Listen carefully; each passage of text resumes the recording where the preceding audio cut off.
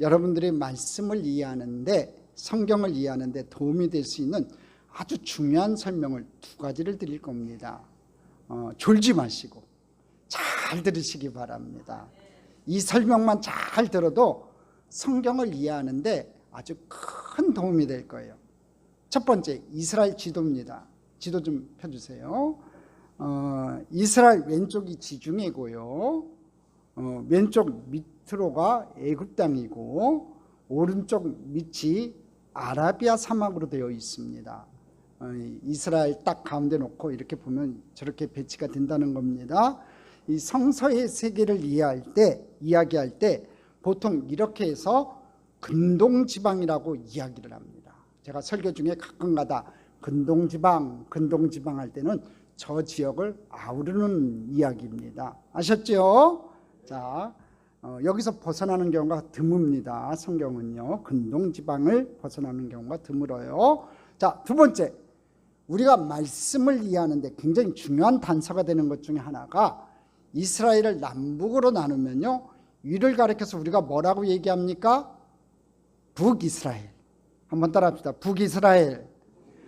예, 이건 뭐 상식적이죠. 북이스라엘이라고 이야기하고, 아래를 가리켜서 뭐라고 얘기합니까?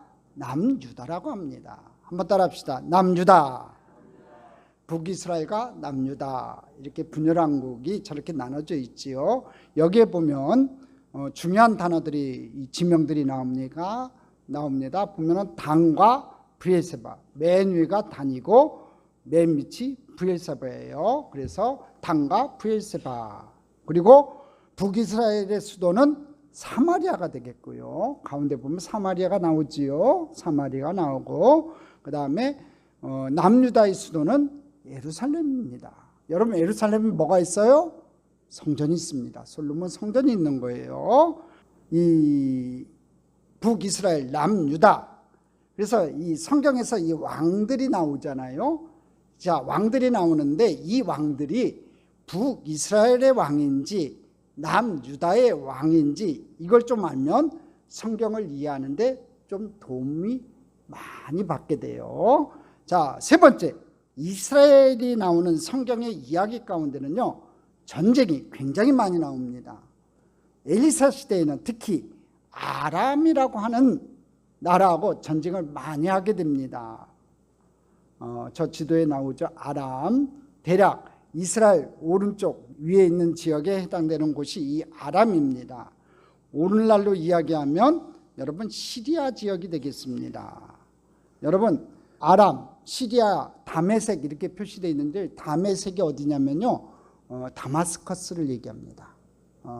요새 최근에 뉴스에 가끔가다 나오잖아요. 시리아하고 분쟁이 일으켰을 때 이스라엘이 미사일을 쏴가지고 다마스커스에 미사일을 쏘았다 할 때 나오는 그 다마스커스가 저기입니다. 셈의 아들인, 이 노아의 아들이었던 셈의 아들인 아람의 후손들로 여겨집니다. 아람하면 우리가 성경에서 나오는 게 아람 나라에 문둥병 걸렸던 나만 장군의 이야기가 나오죠. 나만 장군 다 아시잖아요. 그 나만 장군이 저 아람에서부터 왔다는 거예요. 아람에서부터 요단강가에 와서 나왔던 이 아람이라고 하는 나라가 있어요. 이 나라는 기억해 놓으세요. 네 번째, 북이스라엘 우측 지역을 뭐라고 얘기하냐면 암몬이라고 이야기할 수 있어요. 위치가 암몬. 그 다음에 남유다 우측 지역을 모압이라고 할 수 있습니다. 이 두 나라가 성경에 아주 많이 나옵니다. 다윗 시대에는 이 암몬하고 전쟁을 많이 합니다. 이 암몬, 모압, 이 두 나라는 어떻게 해서 생겼냐면요, 우리가 잘 알고 있는 아브라함의 조카 롯의 후손이 이 암몬과 모압이에요. 그 정도만 아시면 되겠습니다. 이 두 나라가 성경에 아주 많이 나옵니다. 암몬, 모압, 위치도 정확하게 기억해 놓으시면 좋겠습니다. 다섯 번째, 자, 그럼 남유다 밑으로 나라가 하나 또 있어요. 그렇죠? 에돔이에요. 에돔이라는 나라가 나옵니다. 이 에돔이 만들어지게 된 것은 바로 야곱과 에서에서 에서의 후손들이 에돔이라는 나라를 만들었어요. 이 이스라엘 역사, 이 성경에 보면 계속해서 에돔, 모압, 암몬, 아람, 이 나라들과의 전쟁들이 계속 계속해서 나옵니다.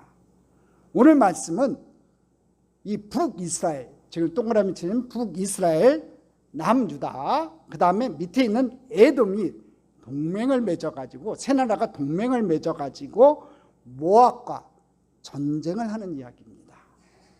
북이스라엘과 남유다와 에돔이 동맹을 맺고 모압과 전쟁을 하는데, 문제는 전쟁을 하려고 하는데 물이 없다는 거예요. 그래서 가축을 먹일 물이 떨어지니까 말도 낙타도 다 죽게 되는 그런 위기의 상황 가운데 처하게 됐다는 거지요.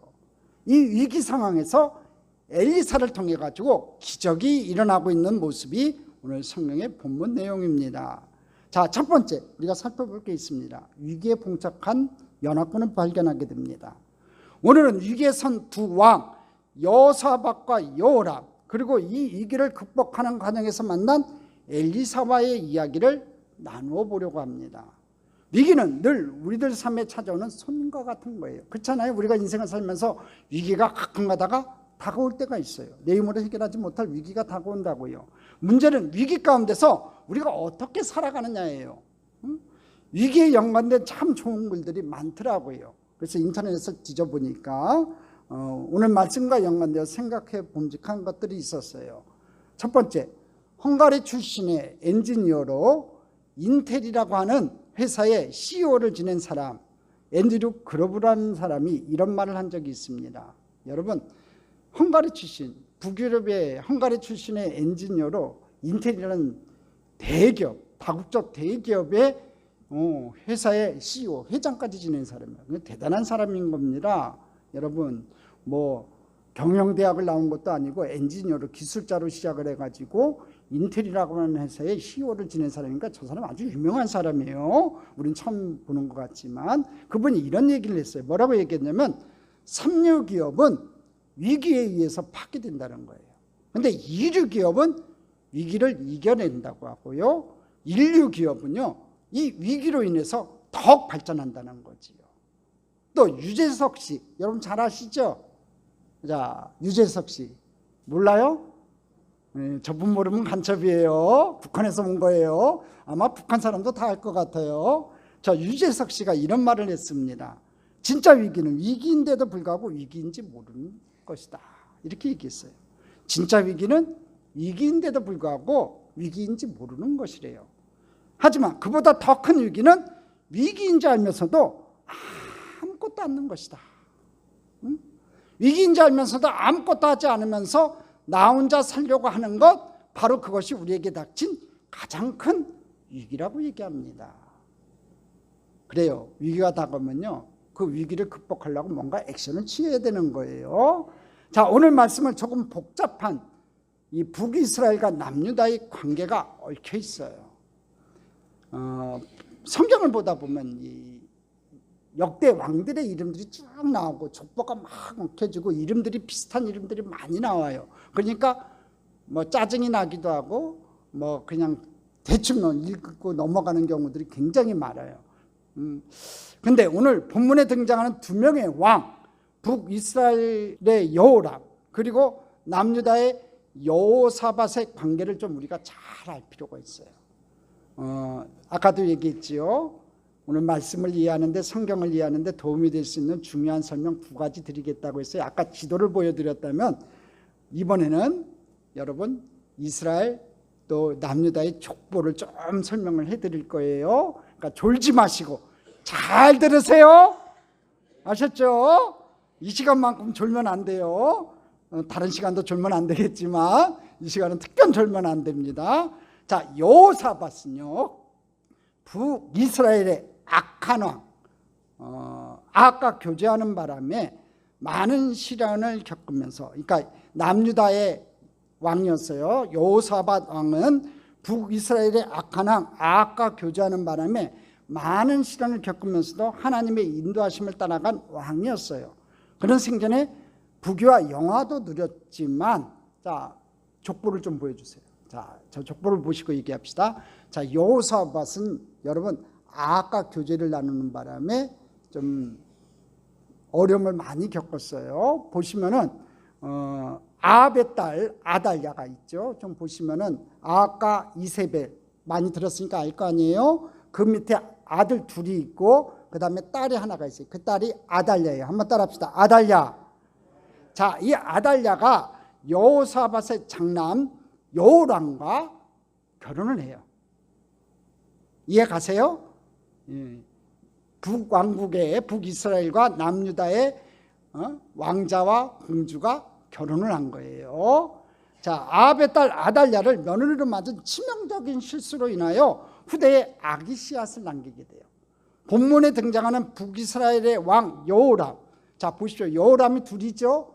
지금 북이스라엘도 여호람, 둘째 아들이 여호람이고 지금 남유다의 여호사밧의 아들 장자도 여호람이에요. 이름이 비슷해요. 그렇죠? 자, 그 다음에 보시면 아달랴와 여호람의 아들인 아하시아가 나오죠. 이 아하시아가 이 남유다의 이제 왕이 돼요. 근데 그 아하시아가 누구냐면은 이름이 똑같은 사람이 또 하나 나와요. 지금 아합의 장자 아하시아가 나와요. 그 이름이 비슷비슷해요. 그러니까 성경에 저처럼 이렇게 북이스라엘의 누구 족보를 설명 안 하면요, 그냥 아하시아, 여호람만 나오니까 헷갈린단 말이에요. 그러니까 정확하게 알 필요가 있어요. 이 족보는요. 자, 본문에 등장하는 이 북이스라엘 왕 여호람은요, 아합의 아들이지요. 근데 공교롭게도 유대 왕 여호사밧의 뒤를 이어 왕이 된 여호람과 이름이 똑같다고요. 조금 더 역사를 좀 살펴보면요, 유대 왕 여호사밧에 이어 왕이 오른 남유다의 여호람은요 32세에 즉위해요. 그리고 8년간 남유다를 통치하는데 그는 아합의 딸 누구를 아내를 맞았어요? 아달랴를 아들을 맞았어요.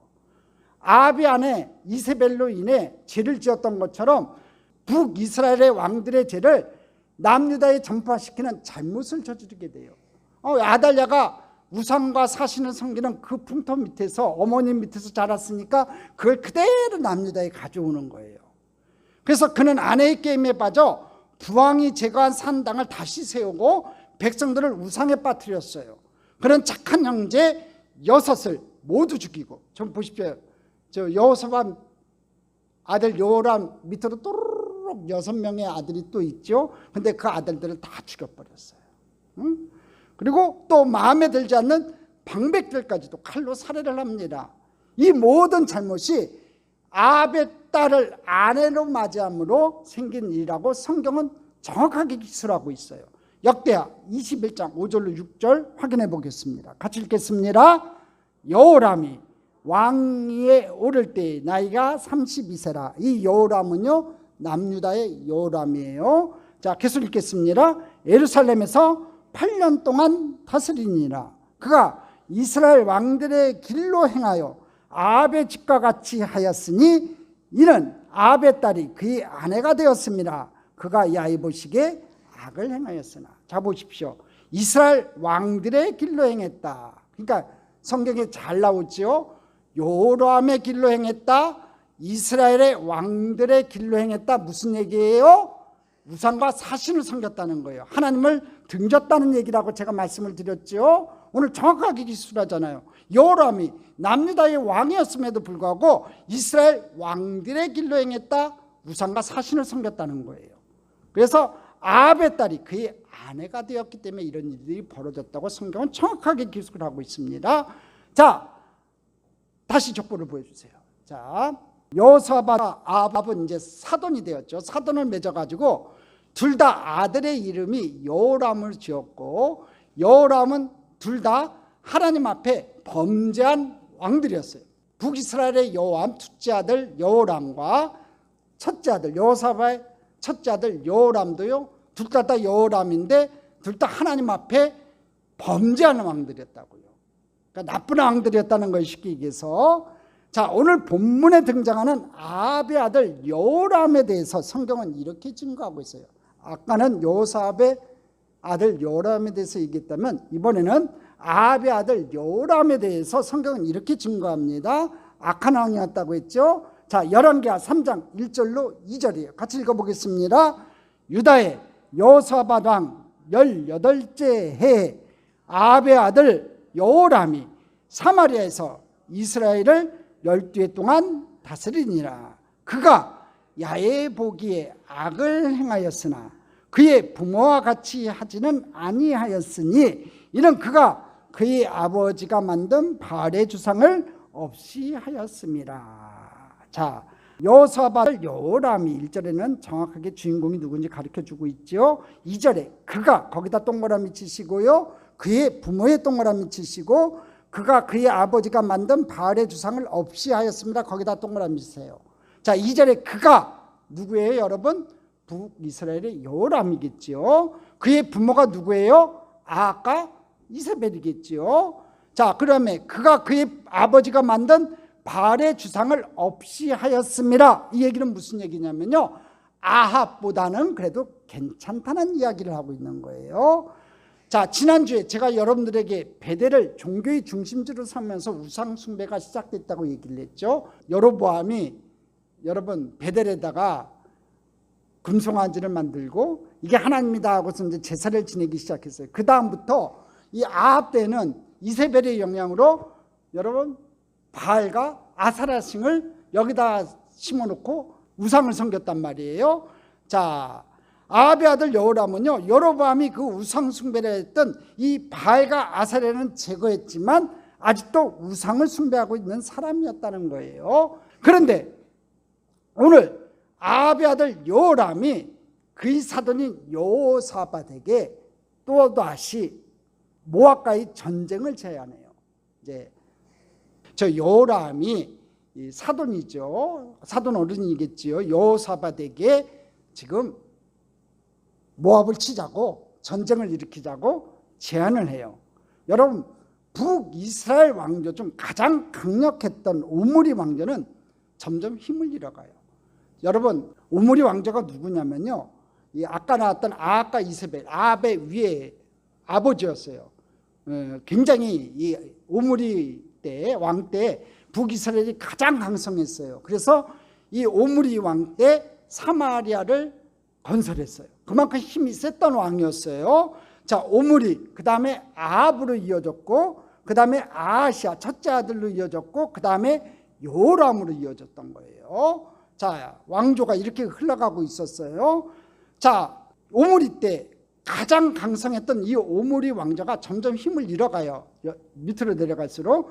급기야 여호람 때는요, 북이스라엘의 조공을 바쳤던 모압이 반기를 들었어요. 문제는 남유다와 북이스라엘 그리고 에돔이 동맹을 맺고 모압을 치러 갔다가 군사와 가축을 먹일 물이 떨어진 거예요. 그리고 상황이 심각했던 것 같아요. 그 상황이. 왜냐하면 물이 없다는 것은 생명을 지탱할 힘을 잃었다는 것이나 마찬가지이기 때문에 그래요. 여러분 생각해 봅시다.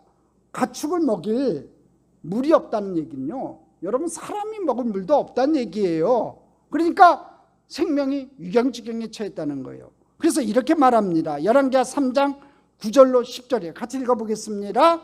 이스라엘 왕과 유다 왕과 에돔 왕이 가더니 길을 둘러간 지 7일에 군사와 따라가는 가축을 먹이 물이 없는지라. 보십시오. 군사를 먹일 물도 없고 가축을 먹일 물이 없어요. 며칠 만에? 7일 만에. 전쟁을 일으키러 간 지 7일 만에 물이 떨어진 거예요. 10절 같이 읽겠습니다. 이스라엘 왕이 이르되 슬프다. 야훼께서 이 세왕을 불러 모아 모압의 손에 넘기려 하시는도다 하니. 여기 중요한 단어가 나와요. 슬프다. 여기다 동그라미 하나 치시고, 야훼께서 이 세왕을 불러 모아 모압의 손에 넘기려 하시는도다 하니. 여러분 이상하지 않으세요?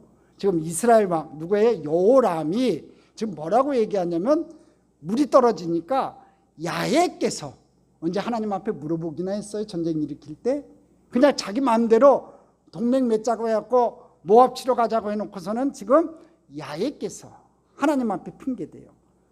여호람은 하나님을 잘 믿는 사람도 아니었고 하나님의 존재는 알고 있으나 여전히 우상을 섬기는 사람이었지요. 그런 전쟁을 일으킬 때 자기 자의로 자기 계획대로 전쟁을 일으켜 어려움에 처하게 되자 지금 누구 핑계를 대고 있냐면은 하나님을 원망하는 거예요.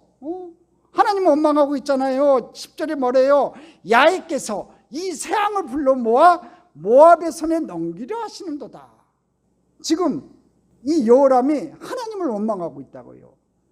오늘 여기 있는 여러분들 가운데도 혹시 신앙생활하면서 여러분들이 벌려놓은 일, 그 일로 인하여 어려움을 당하고 위기에 봉착했는데 그것을 하나님의 탓으로 돌리는 사람이 있을지 몰라요.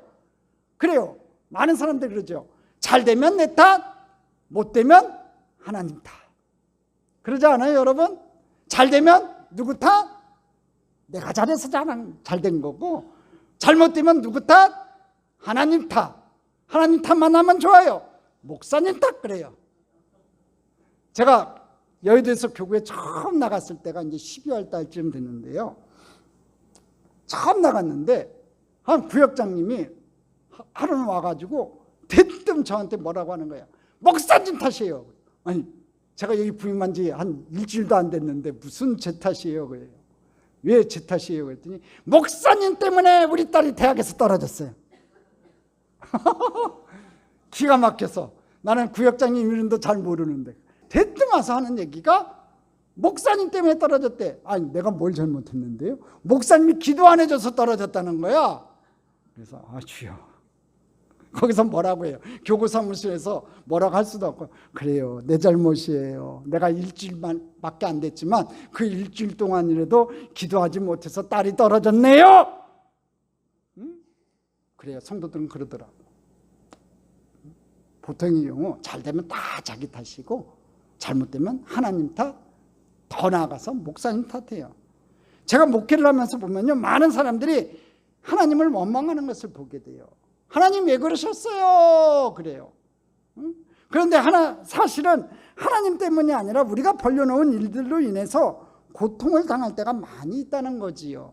어쨌든 우리 인생에는 위기들이 찾아와요. 그게 나의 잘못이든 혹은 누군가의 잘못이든 우리 인생에는 위기가 찾아온다고요. 그것은 하나도 이상할 것이 없어요, 여러분. 문제는 우리들이 위기에 처했을 때 우리들이 어떤 사람인지, 우리의 믿음이 어떠한지가 드러난다는 거예요. 제가 이 말씀을 묵상하면서 이런 생각이 들었어요. 이 상황이 우리 인간들의 특징이 잘 드러나는 장면이라는 거지요. 여호람이 지금 하나님 탓하잖아요. 야훼께서 우리 새 왕을 모압에게 넘겨주려고 하는구나. 아니, 자기들이 여호람이 하나님 앞에 기도나 하고서 이 전쟁을 일으켰냐고요. 근데 하나님 탓하잖아요. 지금 이런 어려움에 처하게 된 이유는 하나님과 아무 상관이 없다고요. 성경 어디에도 여호람은 이 전쟁에 대해서 하나님께 물었다는 말씀이 없어요. 아무리 뒤져봐도 없어요. 그는 스스로 결정했고 자신의 계획 가운데 위기에 처하게 된 거예요. 그런데 이 상황을 하나님 탓으로 돌리고 있다고요. 자기가 세 명의 왕과 동맹을 맺고 자기가 원하는 길로 갔는데 왜 하나님을 원망하나요? 여기 아까 나왔던 단어 슬프다 그러잖아요. 슬프다. 이 슬프다라는 말이요, 영어로 얼레스예요. 얼레스. 라고 번역할 수 있죠. 탄식하는 거죠. 한탄과 후회의 소리를 내고 있다는 거지요. 우리 한국말로 하면 슬프다. 한탄과 후회의 소리를 내고 있는 거예요. 하나님께 묻지 않은 인생에게 다가오는 소리예요, 여러분. 바로 이런 순간이 오면요, 하나님을 아는 사람과 그렇지 않은 사람의 차이가 드러난다는 거지요. 우리 신앙이 어떠한지 평소에 드러나지 않아요. 그러나 하나님께 인생의 문제를 물어야 하는 순간이 오면 갈라진다는 거예요. 믿음은 이렇게 나타나는 거예요. 하나님을 원망하는가? 아니면 하나님께 길을 묻는가? 여러분도 한번 살펴보세요. 문제가 생겼을 때, 어려움이 생겼을 때 내가 하나님을 향해서 원망하는가? 아니면 하나님, 내가 어떻게 해야 됩니까? 하고 하나님께 길을 묻고 있는가? 한번 살펴보시라고요. 하나님을 향해서 원망하고 있는 사람은요, 아직 믿음의 성숙이 이루어지지 않은 사람이고, 내가 하나님 앞에 그 일기 가운데 하나님, 내 눈에 보이지 않지만, 내 손에 잡히지 않지만, 내 귀에 들리지 않지만 하나님 어떻게 해야겠습니까? 그럼 무릎 꿇고 기도하는가? 한번 살펴보시는 저와 여러분 됐으면 좋겠습니다. 믿음으로 사는 자, 하나님을 아는 자는요, 어떤 인생을 살게 될까? 한번 생각해 보자는 거지. 오늘 여러분들의 삶의 위기 가운데 하나님께 길을 묻고 있다면 우리는 믿음 가운데 있는 것이 분명하다는 거예요. 기도하고 있다면 여러분 믿음 가운데 있는 사람이에요. 여러분 어려움 가운데 하나님 앞에 기도하는 저와 여러분 됐으면 좋겠습니다. 인간은 누구나 실수하고 연약하고 넘어집니다. 중요한 것은 그 순간에 어떻게 행동하느냐는 거지요. 우리 인생의 위기 가운데 벗어나는 건요, 한순간 한탄이 아니라 하나님께 물어야 되는 거예요. 기도해야 되는 거예요. 기도합시다. 여러분도 스스로 여러분에게 물어보세요. 나는 지금 믿음으로 올바른 삶을 살아가고 있는가? 우리들이 어떤 마음을 가지고 있는지는 그것을 행하는 사람만이 알아요. 중요한 것, 우리들이 인생의 위기 순간을 맞이하게 될 때 우리들이 어떤 인생을 살아갈까? 그게 중요하다는 거지요. 우리 인생의 위기를 맞이할 때 우리들이 한숨과 한탄으로 요람처럼 슬프다 슬프다 이렇게 한탄으로 끝날 것인가? 아니면 그 인생의 위기 가운데 우리들이 하나님께 길을 묻고 있는가? 하나님께 무릎 꿇고 기도하는가? 굉장히 중요한 일이라는 거지요. 한숨과 한탄과 원망이 사라지고 하나님 앞에 무릎 꿇고 기도하는 저와 여러분 되기를 주님의 이름으로 축복합니다. 믿음의 눈을 뜨고 바라봅시다. 함께 계신 하나님을 바라봅시다. 그리고 그 주님 앞에 무릎 꿇고 기도하시는 저와 여러분 다 되시기를 주님의 이름으로 축복합니다. 두 번째, 동문서답의 내용이 나옵니다. 오늘 말씀의 주인공인 여호사밧 그리고 여호람과 엘리사의 대화가 이렇게 나와요. 이 세 사람의 대화가 지금부터 나오는데요. 열왕기하 3장 10절로 14절이에요. 자, 여기 이제 말씀이 나오는데 이 말씀 세 사람이 얘기를 나누는 내용이에요. 이 내용을 잘 한 절 한 절 읽어보시면서 어떤 마음이 드는지 한번 여러분 마음속으로 느껴보세요. 자, 10절부터 읽어보겠습니다. 이스라엘 왕이 이르되 슬프다. 야훼께서 이 세 왕을 불러 모아 모압의 손에 넘기려 하시노다 하니 11절 여호사밧이 이르되 우리가 야훼께 물을 만한 야훼 선지자가 여기 없느냐 하는지라 이스라엘 왕의 신하들 중에 한 사람이 대답하여 이르되 전에 엘리야의 손에 물을 붓던 사밧의 아들 엘리사가 여기 있나이다 하니. 자, 보십시오. 자, 10절은 여호람이 지금 탄식하는 내용이고 그 다음에 11절은 그 얘기를 듣고 여호사밧 이스라엘 남유다의 왕이 묻는데 지금 야훼 선지자가 어디 있느냐 없느냐 묻는데 대답은 지금 이스라엘 왕의 신하들, 여러분 북이스라엘 신하 중에 한 사람이 대답을 해요. 엘리사가 있다고 얘기를 해요. 12절 같이 읽어보겠습니다. 여호사밧이 이르되 야훼의 말씀이 그에게 있도다 하는지라 이에 이스라엘 왕과 여호사밧과 에돔 왕이 그에게로 내려가니라. 13절 엘리사가 이스라엘 왕에게 이르되 내가 당신과 무슨 상관이 있나이까. 자, 보십시오. 여호사밧이 야훼의 말씀이 엘리사에게 있다 그러니까 새 왕이 내려가는 거예요. 엘리사를 찾아가는 거죠. 그러니까 엘리사 앞에 도착하니까 엘리사가 지금 누구한테만 얘기하냐면 이스라엘 왕에게만 해요. 여호람에게만 얘기한다고요. 내가 당신과 무슨 상관이 있나이까. 자, 13절 다시 한번 읽어보겠습니다. 엘리사가 이스라엘 왕에게 이르되 내가 당신과 무슨 상관이 있나이까. 당신의 부친의 선지자들과 당신의 모친의 선지자들에게 가소서 하니 이스라엘 왕이 그에게 이르되 그렇지 아니하니이다. 야훼께서 이 세 왕을 불러 모아 모압의 손에 넘기려 하시나이다 아니라 엘리사가 이르되 내가 섬기는 만군의 야훼께서 살아계심을 두고 맹세하노니 내가 만일 유다의 왕 여호사밧의 얼굴을 봄이 아니면 그 앞에서 당신을 향하지도 아니하고 보지도 아니하였으리라. 여기 중요한 게 나와요. 유다의 왕 여호사밧의 얼굴을 봄이 아니면 거기다 밑줄을 쫙 그으세요. 자, 이 대화를 보면요, 뭘 느끼세요 여러분? 정말 말이 안 통하는 대화들을 서로 하고 있어요. 말이 안 통해요. 여호람, 여호사밧, 엘리사가요 서로 말이 안 통하는 얘기를 해요. 동문서답을 하고 있다고요. 집에 가서 한번 잘 읽어보세요. 이 동문서답이 이 얘기예요. 쭈루룩. 오늘의 상황은 이 말이 잘 어울리는 듯해요. 동문서답. 전혀 엉뚱한 대답들을 서로 하고 있어요. 여호람과 엘리사가 만나 대화를 하는 거 보면요 동문서답이에요. 서로 다른 이야기를 하고 있습니다. 오늘 말씀을 듣는 사람의 입장에서 보면 참 답답해요. 여호람은 엘리사를 처음 만난 자리에서 자신의 주장을 되풀이해요. 여호람은 지금 일어난 일을요 하나님과 연결 지으려고 억지를 쓰고 있어요. 엘리사는 지금의 상황에 하나님과는 아무 상관이 없는 일이라고 지금 말하고 있어요. 자신을 찾아온 여호람에게 엘리사가 이렇게 말하죠. 열왕기하 3장 13절 말씀이에요. 같이 읽어보겠습니다. 엘리사가 이스라엘 왕에게 이르되 내가 당신과 무슨 상관이 있나이까? 제가 조금 이역을 한다면 이런 거예요. 왜 자꾸 이 일에 대해 나를 엮으려고 합니까? 지금 이 벌어진 일이 나와 무슨 상관이 있는데 자꾸 왜 이 일을 나를 묶어버리려고 하냐 이거지요. 왜 자꾸 이 일에 대해서 나를 엮으려고 하세요? 하고 지금 반문하고 있는 거예요. 그리고 아주 가슴 아픈 이야기를 계속해요. 열왕기하 3장 13절 하반절 계속 읽겠습니다. 당신의 부친의 선지자들과 당신의 모친의 선지자들에게 가소서 하니, 그의 아버지 아합과 어머니 이세벨이 섬겼던 바알과 아세라 신의 선지자에게 찾아가서 물을 일이지 왜 자신에게 묻느냐, 그 얘기예요.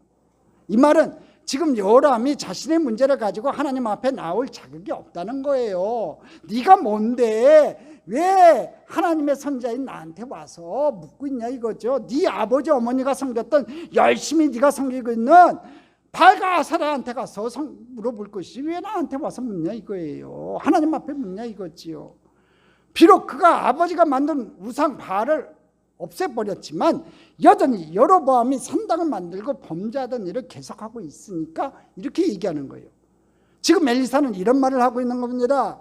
자꾸 나와 엮지 말고 지금 우상 숭배를 하고 있으니까 그 우상에게 가서 물어라, 그 얘기예요. 네가 지금 하나님께 이렇게 기도하고 나에게 도움을 청할 만한 자격이 없는 사람이라는 거지요. 자, 여기서 제가 참 강한 메시지를 받았어요. 우리 중에 하나님의 자비하심을 당당하게 얻을 만한 자격이 있는 사람이 누가 있을까? 우리가 하나님의 은혜를 입는 것은 여러분 우리의 자격이 아니에요. 우리는 하나님께 나아갈 자격이 없어요. 그렇죠? 맞아요. 우리가 무슨 자격으로 하나님께 나아가겠습니까? 하나님의 자비하심이 없다면 누가 하나님 앞에 설 수 있겠냐 이거지요. 하지만 우리가 하나님께 나아가기 위해서는요, 자격을 갖추어야 한다는 거예요. 우리 이 말씀을 통해서 그걸 깨달았어요. 우리가 하나님께 최소한 나아가기 위해서는 최소한의 자격을 갖추고 있어야 된다는 거예요. 그 자격이란 우리의 완전함을 말하는 게 아니에요. 우리가 완벽하게 하나님 앞에 합한 자가 아니라 겸비함이에요. 겸손하라는 거지요. 우리가 겸손한 자가 되어야 된다는 거예요. 역대하 7장 14절 말씀 여러분 기억하세요? 같이 읽어보겠습니다. 내 이름으로 일컫는 내 백성이 그들이 악한 길에서 떠나 스스로 낮추어 기도하여 내 얼굴을 찾으면 내가 하늘에서 듣고 그들의 죄를 사하고 그들의 땅을 고칠지라. 할렐루야. 보십시오. 그들이 악한 길에서 떠나 스스로 낮추고 기도하면 내 얼굴을 찾으면 내가 하늘에서 듣고 그들의 죄를 사하고 그들의 땅을 고쳐준대요. 여러분 오늘 시간 여러분 가운데 문제가 있습니까? 내일모레 해결하지 못할 문제가 있습니까? 질병이 있습니까? 악한 길에서 떠나십시오. 우상과 사신을 멸하십시오. 스스로 낮추고 기도하세요. 그리고 하나님의 얼굴을 찾으세요. 그러면 하나님께서 하늘에서 듣고 여러분들의 죄를 사하고 여러분의 땅을 고쳐주는 귀한 은혜가 있을 줄 믿습니다. 여러분, 요람이 자격이 없는 것, 하나님의 사람 엘리사에게 그가 구할 자격이 없는 것은요, 아직 그가 악한 길에서 떠나지 않았기 때문에 그래요. 아버지가 섬기던 어머니가 섬기던 바알과 아세라는 없앴지만 여러분 아직까지도 산당에서 우상과 사신을 섬기고 있었다는 거, 수많은 우상과 사신을 섬기고 있었다는 거지요. 악한 길에서 떠나지 않으니까 자격이 없는 거예요. 여러분 하나님 앞에 서는 길은 방법은요, 하나님 앞에 응답받는 방법은요, 악한 길에서 떠나는 거예요. 그 악한 길이 뭡니까? 우상과 사신을 섬기는 겁니다. 하나님보다 더 좋은 거, 돈과 명예를 쫓아가는 겁니다. 세상이 좋아서 세상으로 달려가는 겁니다. 세상이 뭐가 좋습니까? 여러분 정치 구경이 뭐가 좋습니까? 그런 거 필요 없어요. 먼저 그의 나라와 그의 일을 구하고 하나님 앞에 무릎 꿇고 기도하는 저와 여러분 되기를 주님의 이름으로 축복합니다. 우리 모두 다 악한 길에서 떠납시다. 하나님 제일 먼저가 되는 우선순위가 바로 서는 축복의 백성이 되기를 주님의 이름으로 축복합니다. 이 말씀이 우리에게 굉장히 중요한 자격점이 있다는 거지요. 우리 인생의 위기 가운데서 그것이 우리들이 하나님께 범죄함으로 인하여 우리들이 어려움을 당하고 있을 때 하나님이 우리 기도를 듣지 아니하시면서 그게 나와 무슨 상관이 있느냐, 네가 당한 그 어려움이 나와 무슨 상관이 있느냐 라고 말씀하실 때 얼마나 가슴이 아프겠어요. 응? 그건요, 우리가 아직 악한 길에서 떠나지 않고 겸비함으로 하나님께 무릎 꿇지 않고 하나님께 구할 때 하나님은 그것을 듣지 않으신다는 거예요. 오늘 사랑하는 성도 여러분, 오늘 시간 반대로 이야기하면 우리들이 하나님께 자비를 구할 때, 우리들이 악에서 떠나 하나님 앞에 그 자비를 구할 수 있는 자격을 갖출 때 여러분이 하나님 앞에 응답받는 축복의 백성이 될 줄 믿습니다. 겸손합시다. 악에서 떠납시다. 우상과 사신을 멸합시다. 하지만 요람은 계속해서 우겨요. 열왕기하 3장 13절 마지막 구절 같이 보겠습니다. 그렇지 아니하니이다. 야훼께서 이 새 양을 불러 모아 모압의 손에 넘기려 하시나이다 하니라. 끝까지 우겨요. 끝까지. 하나님께서 우리 새 양을 모압의 손에 넘기려 하시고 있습니다. 엘리사는 역시 여호람과는 전혀 관계없는 엉뚱한 또 말을 해요. 열왕기하 3장 14절에 같이 읽어보겠습니다.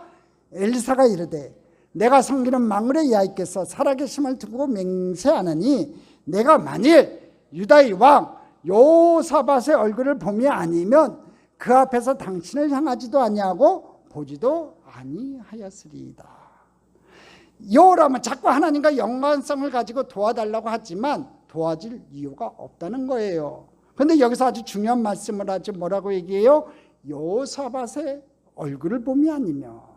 자, 여호사밧은 여하튼간에 남유다의 왕이에요. 하나님을 섬기는 왕이었어요. 그러니까 여호사밧의 얼굴이 아니면은 여호람을 아는 척할 이유가 없다는 거예요. 하지만 여호사밧으로 말미암아 엘리사의 이야기를 하나님께서 들어준다는 얘기지요. 여기서 우리가 생각나는 단어 있어요. 친구 따라 강남 간다는 거예요. 우리가 흔히 말하는 친구 따라 강남 간다는 말이 있지요. 이런 생각을 좀 해봤어요. 우리에게 여호사밧과 같은 친구가 있다고 하는 것이 우리들에게 진짜 큰 복이구나. 그러니까 여러분 주변에 믿음 좋은 사람 있는 게 얼마나 큰 축복인 줄 아셔야 돼요. 여러분 주변에 내 짝꿍이 기도하는 아내가 있고 기도하는 남편이 있고 옆에 기도하는 권사님이 계시고 기도하는 우리 왕사모님이 계시고 기도하는 우리 장로님이 계시고 그것이 우리에게 얼마나 큰 축복인지 여러분 아셔야 된다는 거예요. 나는 자격이 없는데 하나님께서 그래 내가 기도하는 우리 장창수 장로를 보고 내가 너에게 복을 주겠다. 내가 기도하는 우리 왕사모의 양복순 사모의 기도를 보고 내가 너에게 복을 주겠다. 그렇게 얘기하시는 거예요. 우리에게 큰 축복이에요. 기도하는 사모님과 기도하는 권사님과 기도하는 우리 장로님이 계신 게 우리에게 복이에요. 또 기도하는 목사가 있잖아요. 여러분 친구 따라 강남 가는 거예요. 여러분들에게 그 복을 누릴 수 있는 축복이 있기를 간절히 소원합니다. 자, 이제 기적이 일어납니다. 세 번째로 오늘 본문에서 전혀 설명이 되지 않고 우리가 그 사실을 알 수도 없는 것이 있어요. 열왕기하 3장 15절이 한번 읽어봅시다. 같이 읽겠습니다. 이제 내게로 검은 고 탈 자를 불러오소서 하니라. 검은 고 타는 자가 검은 고를 탈 때에 야훼의 손이 엘리사 위에 있더니. 지금 뭘 타요? 검은 고를 타요. 우리나라 이 검은 고는 아니에요. 이 검은 고를 탈 자를 불러오소서. 그리고 검은 고를 탈 때 야훼의 손이 엘리사 위에 있더니. 다윗 당시에도 하나님을 찬양할 때 악기를 사용했던 것 여러분 기억하시죠? 그리고 사울 왕이 악령에 시달릴 때 다윗으로 하여금 악기를 연주했던 것. 그때 악령이 떠나갔잖아요. 하나님께 예배하거나 영적인 세계로 들어가는데 악기로 연주하는 것이 도움이 되는 것 같아요. 이렇게 악기가 연주될 때 여러분 하나님께서 오늘 성경에 나오잖아요. 이 악기를 연주할 때 그 찬양 가운데 하나님께서 임재하시는 것 같아요. 그러니까 우리가 악기가 썩어지지 말고 좀 여러분들이 좀 배워서 좀 이렇게 했으면 좋겠어요. 할렐루야. 나이하고 아무 상관없어요. 마음과 정성으로 자기가 할 수 있다고 생각하고 열심히 이 악기를 들고 하나님 앞에 찬양했으면 좋겠어요. 자, 어쩌면 우리가 예배를 드리면서 여러 가지 악기를 사용해서 영적 세계를 체험하는데 도움이 되는 거 굉장히 좋은 것 같아요. 그런 이치인 것 같아요. 중요한 것은 야훼손이 엘리사 위에 임했다는 거예요. 이제부터 엘리사가 하는 이야기는요, 그의 이야기가 아니라 하나님이 하시는 말씀이에요. 기적은요, 하나님 말씀이 들릴 때 순종하면 일어나요. 여러분 잘 들으세요. 기적은요, 하나님 말씀이 들릴 때 순종하면 일어나요. 한번 볼까요? 엘리야가 갈멜산 정상에서 여러분 850명의 거짓 선지자들과 대항할 때 제단을 쌓아놓고 뭐라고 얘기해요? 물을 부으라고 그래요. 여러분 지금 가뭄이 든 상황에서 여러분 마른 가지 모아라. 그래도 시원찮을 판에 지금 엘리야가 뭐라고 얘기했냐면 물을 부으래요. 물을. 그래도 3번이나 부으래요. 왕창적시란 얘기죠. 여러분 이해가 안 되잖아요. 근데 이해가 안 되지만 물을 부어라 그러니까 순종할 때 불이 내렸다고요. 할렐루야. 하나님의 선지자가 명하면 하나님의 말씀이 들려지면 순종하세요. 엘리사가 뭐라고 했어요? 두 번째, 소금을 가져와라 그랬어요. 엘리사의 셈이 여러분 1, 2년 동안 문제 있었던 게 아니에요. 수많은 세월 동안 그 엘리사의 셈은요 문제가 있었던 셈이었어요. 근데 소금을 가져오래요. 그 그릇이 새 그릇이라고 했지만 작은 그릇이라고 했잖아요. 작은 그릇에 그 소금 가져와 봤자 쬐끔만 소금일 텐데 그걸 뿌린다고 그 엘리사의 셈이 여러분 고쳐져요? 우리 생각에는 이해가 안 가잖아요. 근데 소금을 가져와라 했더니 가져왔어요. 순종했어요. 그랬더니 기적이 일어나더라는 거예요. 오늘 여러분에게 어떤 말이 들릴지 몰라도 아멘하고 순종하세요. 그러면 기적이 일어납니다. 그러면요 절대로 기적이 안 일어나요. 제가 뭐 좀 하세요. 그러면 그러면 절대로 기적이 안 일어나는 거예요. 제가 전화 걸어서 지역장 좀 하세요. 그랬더니 작년에 보니까 그러더라고요. 우리 양복자 권사님은 아멘 했어요. 응? 여러분 흥흥흥보다 제비뽑기보다는요 명하면 아멘 하세요. 순종하세요. 왜 아멘 소리가 줄어들어요? 응? 순종할 때 기적이 일어난다니까요. 성경에 그렇게 써 있잖아요. 물을 부어라 그러니까 어떻게 물을 부어요? 물을 부으면 어떻게 불이 일어나냐고요. 그렇지만 엘리야가 물을 부어라 그러니까 3번이나 부으랬어요. 그냥 완전히 제단에 있던 나무들이 물로 완전히 적셔진 거예요. 그래도 물을 부으라고 하고 그것이 맞춰지니까 불이 내려졌다고요. 소금을 가져오니까 순종할 때 기적이 일어났다고요. 오늘 역시 논리적으로 이성적으로 이해를 구해 여러분 순종의 유무를 따져야 할 일이 아니에요. 한번 볼까요? 오늘 말씀 역시 여러분 논리적으로 이성적으로 이해를 구해서 순종의 유무를 따져야 할 일이 아닌 게 나와요. 열왕기하 3장 16절이에요. 같이 읽어보겠습니다. 그가 이르되 야의 말씀이 이 골짜기에 개천을 많이 팔아 하셨으니.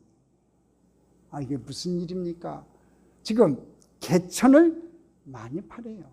남유다와 북이스라엘 그리고 에돔 왕이 모압과 전쟁을 하러 왔다가 위기에 처한 이유는 물이 없었기 때문이에요. 사람도 가축도 먹을 물이 없는 상황에서 엘리사가 하는 말이 뭐예요, 여러분? 물이 넘칠 것이니 개천을 파라는 겁니다. 그것도 많이 파라는 겁니다.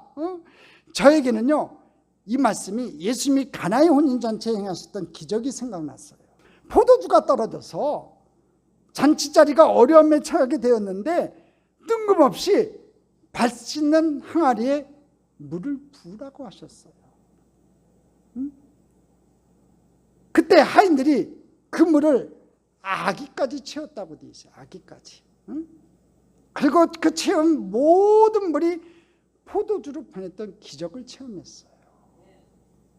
만약에 그 하인들이 미쳤냐, 저 포도주가 떨어졌는데 왜 밭이는 항아리에다가 물을 부으라고 하느냐 하고서 순종하지 않았으면 기적이 안 일어났을 것이고, 그 다음에 그 하인들이 아기까지 꽉 차게 물을 채웠기 때문에 그 포도주가 가득 찼다고요.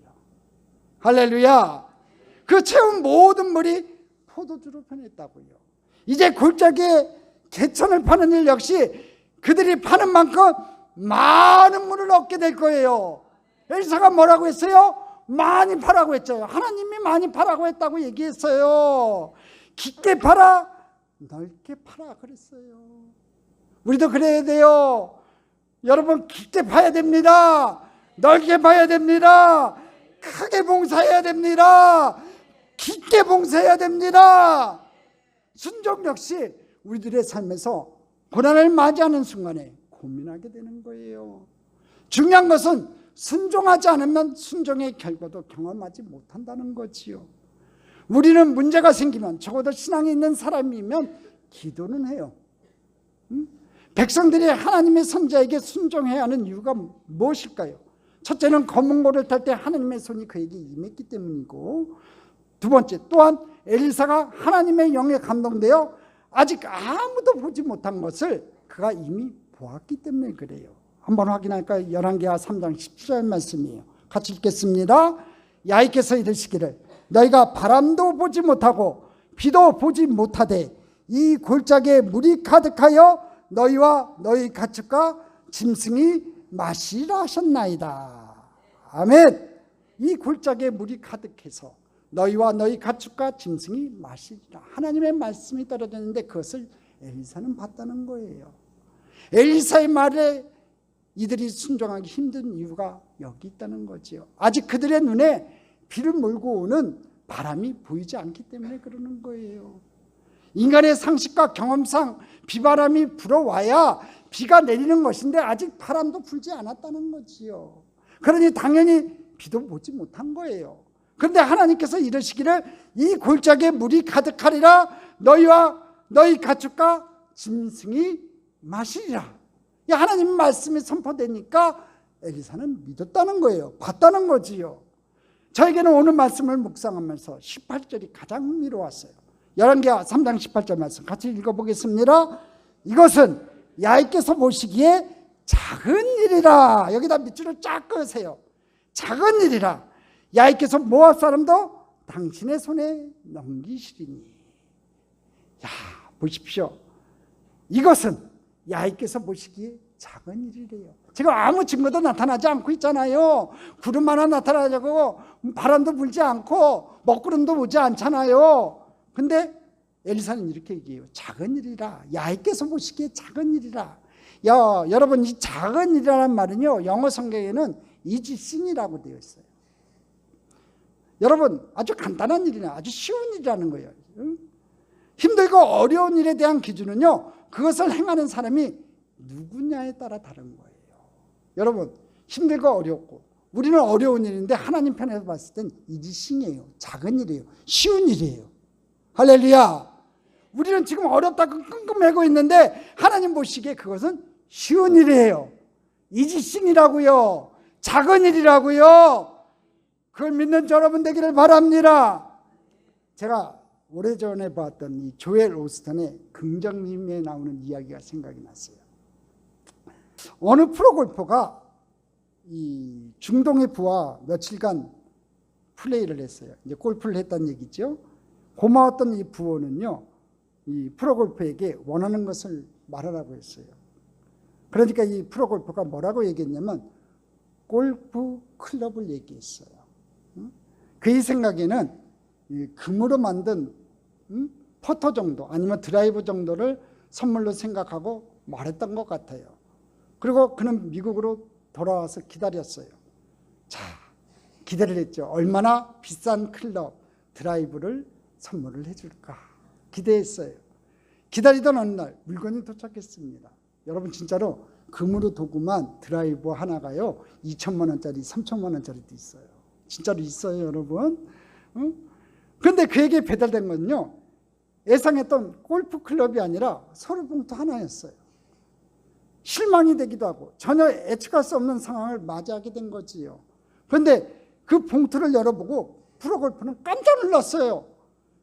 자기는 중동의 부호에게 골프채를 이야기했는데 그 부호는요 골프장으로 알아들은 거예요. 골프장으로 알아들었다는 거지요. 미국에 있는 골프클럽에 등기 문서를 보냈다는 거예요. 어쩌면 요람과 요사벳이 엘리사를 찾아가 구한 것은 마심을, 즉 위기를 극복할 물을 구했을 거예요.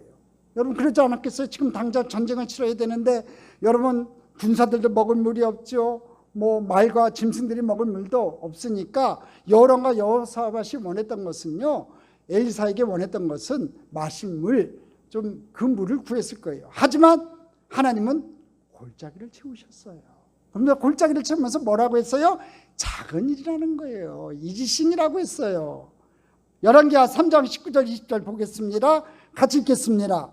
당신들이 모든 견고한 성읍과 모든 아름다운 성읍을 치고 모든 좋은 나무를 베고 모든 샘을 메우고 돌로 모든 좋은 밭을 헐리다 하더니 아침이 되어 소재 드릴 때 물이 에돔 쪽에서도 흘러나와 그 땅에 가득하였더라.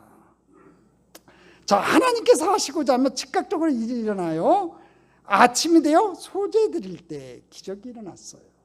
그 다음날 아침에 소재 드릴 때 이 가루로 하나님 앞에 제사를 드리는 거예요. 매일 드리는 이 소재를 드릴 때 물이 차서 넘쳤다고 되어 있어요. 말씀을 정리해 볼게요. 하나님은 요람이 아니라 여호사밧을 보고 기적을 행하셨어요. 우리 자격으로 기적이 일어나는 것은 아니지만 하나님께 겸비함으로 자격을 갖춰야 된다는 거지요. 하나님께서 기적을 행할 수 있는 삶이 우리에게 나타나야 한다는 거예요. 하나님이 행하시는 기적은요 우리의 생각과 상식을 뛰어넘는 거예요. 기적을 경험하는 것은요 우리의 믿음과 행동에 비례한다는 거지요. 그런 말씀이 생각나요. 시편 81편 10절이에요. 같이 한번 읽어보겠습니다. 나는 너를 애굽 땅에서 인도해낸 야훼 내 하나님이니 내 입을 크게 열라 내가 채우리라 하였으나. 보십시오. 나는 너를 애굽 땅에 인도해낸 야훼 내 하나님이니 내 입을 크게 열라 내가 채우리라. 문제는 하나님께 있는 것이 아니에요, 여러분. 문제는 우리에게 있고 답이 하나님께 있는 거예요. 문제가 있는 것이 문제가 아니라 문제를 가진 우리가 어떻게 하나님께 나아오느냐 이거지요. 고난과 문제에 대해서 돌아가신 오카는 목사님은 이런 말씀을 하셨어요. 우리가 두려워야 할 것은 고난이나 어려운 문제가 아니라 고난 중에 함께 하시며 우리보다 훨씬 지혜로우신 하나님을 잃어버리는 영적 무지라는 거지요. 이제 우리는 확신을 가져야 합니다. 시련이 연속인 광야 생활이지만 하나님은 늘 당신과 동행하신다는 거예요. 여러분 꼭 명심하십시오. 시련의 연속인, 위기의 연속인 광야 생활이지만 하나님은 늘 우리 성도님들과 함께 하신다는 거예요. 믿으세요? 하나님이 함께 하시면 두려울 것이 없어요. 불같은 시련 뒤에는 아름다운 축복과 보상이 기다리고 있다는 거지요. 이 놀라운 축복을 놓치지 않는 여러분 됐으면 좋겠습니다. 오늘 엘리사의 기적을 통해 하나님의 마음을 알았으면 좋겠습니다. 우리에게 문제가 있을지라도 우리에게 기적을 베푸시는 하나님의 풍성함이 우리 삶에도 이루어지기를 우리 하나님은 원하신다는 거지요. 중요한 것은 그 어떤 순간에도 하나님께 집중해야 한다는 것을 잊지 않는 거예요. 우리가 힘들고 어려운 위기 시간들을 지나갔지만 그런데도 하나님은 이 순간들이 하나님 앞에선 이 작은 일이라고 말하고 있다는 거지요. 우리는 큰 일처럼 보이지만 하나님이 보실 때는 작은 일이에요. 쉬운 일이에요. 우리 하나님이 하시면 쉽게 해결이 된다는 거지요. 우리가 믿음으로 이 길을 이기고 나아가기를 원하신다는 거예요. 여러분들의 욕망을 이루는 기적이 아니라 여러분들이 위기 가운데 역사하시는 하나님의 기적이 오늘 여러분들에게 있기를 주님의 이름으로 간절히 축복합니다. 축복합니다. 축복합니다. 오늘 하나님 앞에 기도하기를 원합니다. 하나님, 내 인생 가운데 위기가 찾아왔습니다. 내 힘으로 해결할 길이 없지만, 내 힘으로 도저히 해결할 길이 없지만 하나님 편에서 보시기에는 이것은 작은 일이라고 하십니다. 쉽다고 얘기하십니다. 하나님, 하나님께서 해결하여 주옵소서. 아버지, 나는 하나님 앞에 믿음으로 나아가기를 원합니다. 하나님만 바라보고 나아가기를 원합니다. 아버지, 문제가 생겼을 때 불평하고 원망하는 것이 아니라 한탄하고 탄식하는 것이 아니라 하나님 앞에 무릎 꿇고 기도하는 믿음의 백성 되기 원합니다. 하나님, 이를 이루어 주옵소서. 기적을 행하여 주옵소서. 문제를 해결하여 주시옵소서. 주여, 삼창하시고 기도합니다. 주여, 주여, 주여.